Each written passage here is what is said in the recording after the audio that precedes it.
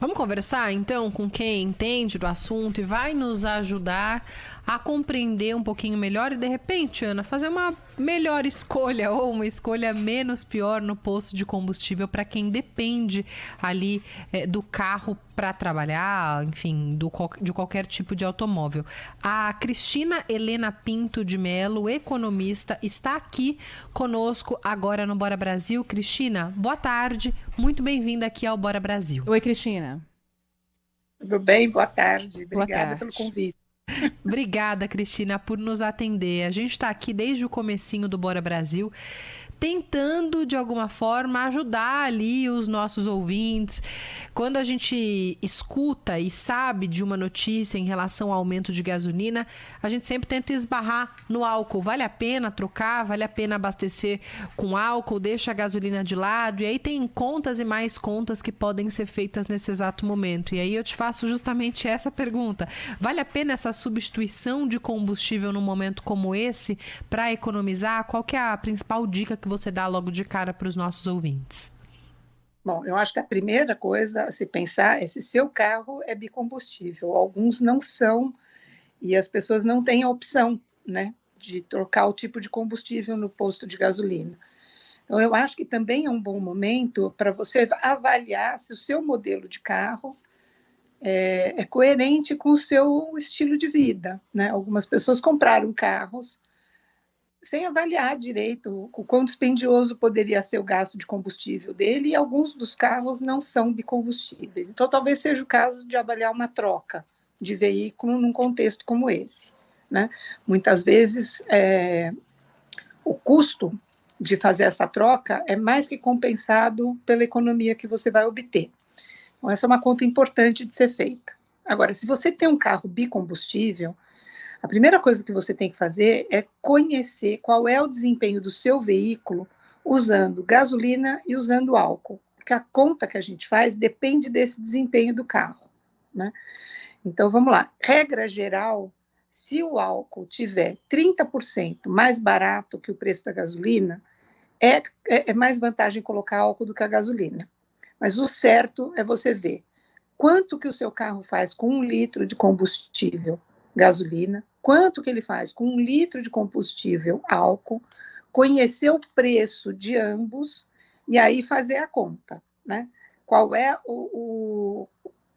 economia que você tem colocando álcool, porque ele tem um desempenho pior, né? Você anda menos quilômetros por litro de álcool abastecido. Então, essa é uma conta que não é uma conta simples de fazer, por isso que eu estou apresentando uma regra geral. 30% de diferença já é vantajoso. A gente chega no posto e tem que fazer uma conta ali na hora mesmo, vai com a calculadora do celular assim na mão e faz a conta que é dividir um valor pelo outro, né, Cristina? Para facilitar até para o nosso ouvinte na hora. Como é que é essa conta mesmo? Se você dividir um valor pelo outro, você vai encontrar um número que vai ser 0, alguma coisa, né? Então, se esse valor for 0,3 ou acima de 0,3, vale a pena colocar o álcool. Se for um valor inferior, a diferença de preço entre o álcool e a gasolina é pequeno, não justifica você fazer a opção. Então, por exemplo, um dos entrevistados anteriores falou, olha, mas se todo mundo correr para o álcool, o preço do álcool vai subir. E é verdade, o preço do álcool pode subir, pode chegar próximo do preço da gasolina, e como ele rende menos por litro, pode ser mais vantajoso colocar a gasolina, apesar de ser mais caro. Então, essa é a conta. Divide um preço pelo outro, tem que dar um valor acima de 0,3 para valer a pena. Estou até fazendo uma conta aqui com uma foto que um ouvinte mandou para a gente de um posto ali na Rebouças, estava 8,19 a gasolina, 4 e quanto aqui o etanol? 4,69. Dá 1,7. Já vai valer, né? Sim, já vale a pena, porque aí você tem 50% de diferença de um preço para o outro. 1,7 é bem mais do que 0,3, né? Aí já já vai direto, né? E nem pensa. Se tem essa possibilidade no carro. Para quem é bom de número, ouviu que um tá 4,69, o outro tá 8, já sabe que a proporção é muito grande. Se você é ruim de conta como eu, divide a gasolina pelo etanol e aí fica no elas por elas. Cristina, 2 jornalistas aqui. A gente vai andar com a calculadora debaixo do braço para... Os meus melhores alunos foram jornalistas. Muito obrigada, viu? Pelo ânimo para a gente seguir aqui com a entrevista. Agora, mas sempre é bom fazer a conta para conferir. Claro, sim, Isso é muito importante. Então já fica aí, por exemplo, a conta, e tem ouvinte nosso mandando mensagem para cá falando que está fazendo isso mesmo. Dá uma olhadinha no manual do carro, ali tem uma estimativa de quanto que o carro rende dependendo do tipo de combustível e tudo mais. Agora sim, a gente consegue também imaginar, Cristina, o que vai acontecer com o valor do etanol a partir de agora? Porque alguns postos não subiram. Esse que a gente acabou de usar como exemplo, eu tenho a impressão de que o etanol está no mesmo valor da média. Agora, tem posto que os nossos ouvintes estão falando que já subiu absurdamente o etanol. Essa é uma tendência imediata, antes mesmo que a gente tenha aí a questão do mercado, das pessoas procurando mais abastecer com etanol, já que a gasolina subiu, e aí pela procura subiu o preço do etanol? Então, vamos lá, vamos por etapas, né?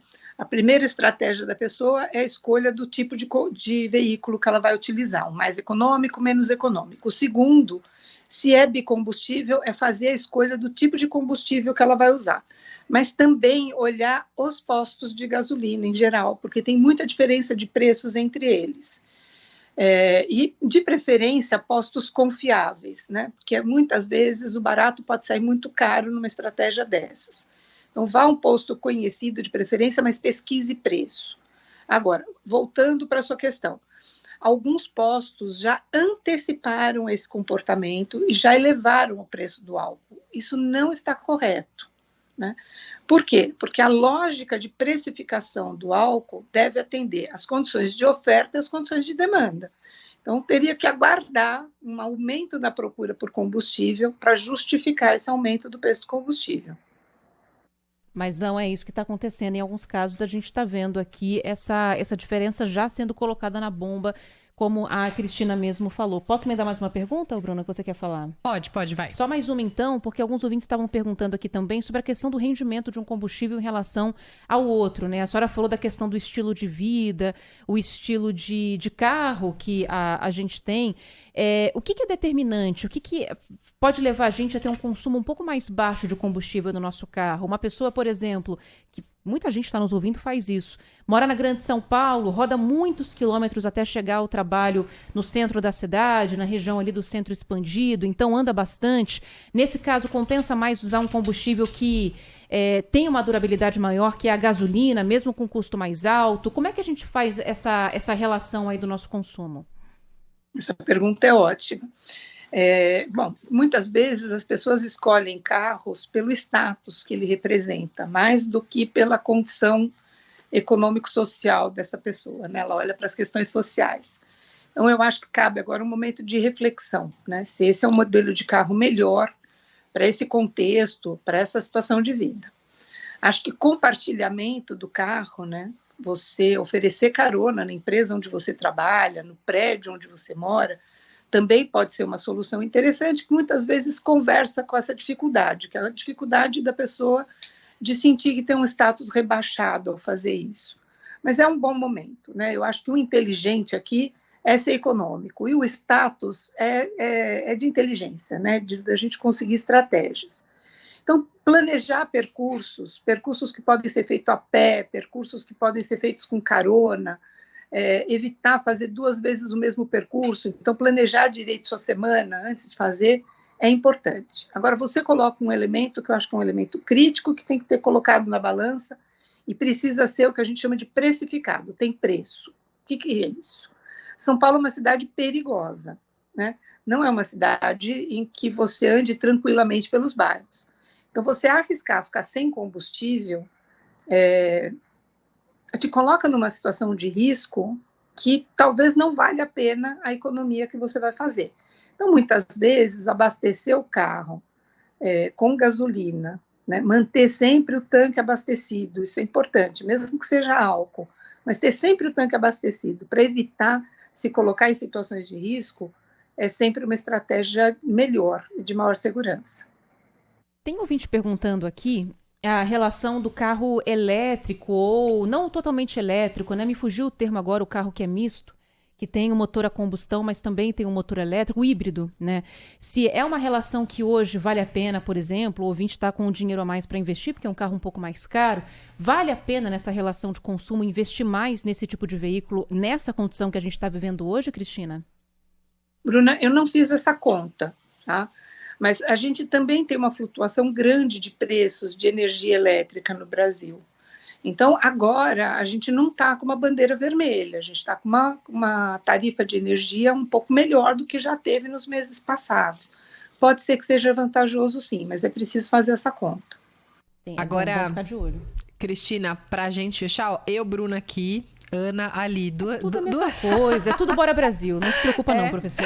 É tudo a mesma coisa, mas eu queria fechar com você, assim, pensando aqui, a partir de uma pergunta que a própria Ana te fez em relação a patamar e a futuro. 2019, tô pegando aqui um cenário anterior à pandemia. A gente teve um preço médio da gasolina, segundo a ANP, em R$ 4,55 por litro em todo o país. O dólar, em 2019, também ficou ali, dólar comercial, uma média de R$ 4,00. Hoje, a gente tem agora a gasolina a R$ 7, R$ 8,00 o litro, a depender do local, do estado do nosso país. E o dólar, nesse momento, 5,05. E olha que tá em queda e já caiu bastante. Quais que são os nossos cenários daqui para frente? O que você enxerga de talvez luz no fim do túnel? De fato, será que a gente alcançou um patamar que em algum momento vai cair? O dólar vai cair em algum momento mais que R$ 5,00? Ou a gente só vai começar a falar de 5 para cima e paciência? A gasolina, a partir do momento que ela alcança R$ 7, R$ 8,00, a gente volta a falar em possibilidade de uma gasolina a 4, 5 litros ou não? Já era. O que é determinante para estabelecer preços como esses e como é que o consumidor sente isso na pele? Tá bom, então vamos lá. O cenário para o câmbio é um cenário bastante incerto também. Por quê? A gente vem aumentando as nossas taxas de juros, o que leva tendencialmente o câmbio para baixo, fica mais apreciado e favorece o controle da inflação. Mas nós estamos num ano em que a gente tem um cenário eleitoral e, normalmente, cenários eleitorais e disputas eleitorais levam a um movimento especulativo com o câmbio, e o câmbio normalmente sobe, mas nós temos também uma mudança na orientação da política monetária americana, com elevação de juros nos Estados Unidos. Isso favorece uma saída de capitais do Brasil para lá e um aumento no preço do câmbio. Então, a gente tem fatores internos que puxam o câmbio para baixo, fatores externos que puxam o câmbio para cima e a questão política da disputa eleitoral que coloca um elemento de incerteza. É muito difícil dizer o que vai acontecer com a taxa de câmbio. Tá? Eu acredito que nesse cenário, dada a incerteza, dadas as condições político-econômicas Brasil e Estados Unidos, eu acho que a tendência é não ver quedas muito expressivas da taxa de câmbio.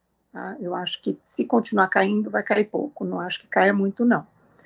Agora, a outra questão que você coloca é com relação ao preço do combustível. Veja, o preço do combustível ele não está mais caro por conta do preço do câmbio, do dólar. Ele está mais caro porque aumentou o preço do barril do petróleo internacionalmente.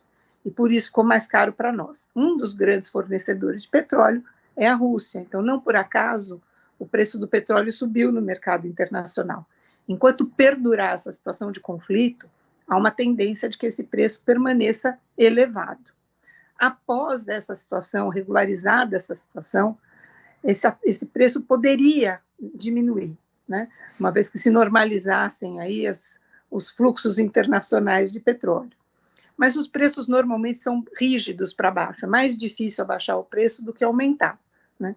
Então, a ver se nós vamos assistir uma redução do preço do petróleo. Uma outra coisa que eu acho que é crucial e importante é que, como a nossa matriz de distribuição de todos os produtos feitos no Brasil utilizam combustível, diesel, gasolina, para distribuir a produção nacional, a distribuição da produção vai ficar mais cara e isso vai ter algum impacto sobre o preço final. Então, a gente também pode esperar um aumento de preços das outras mercadorias. Pois é, infelizmente, um efeito dominó, né?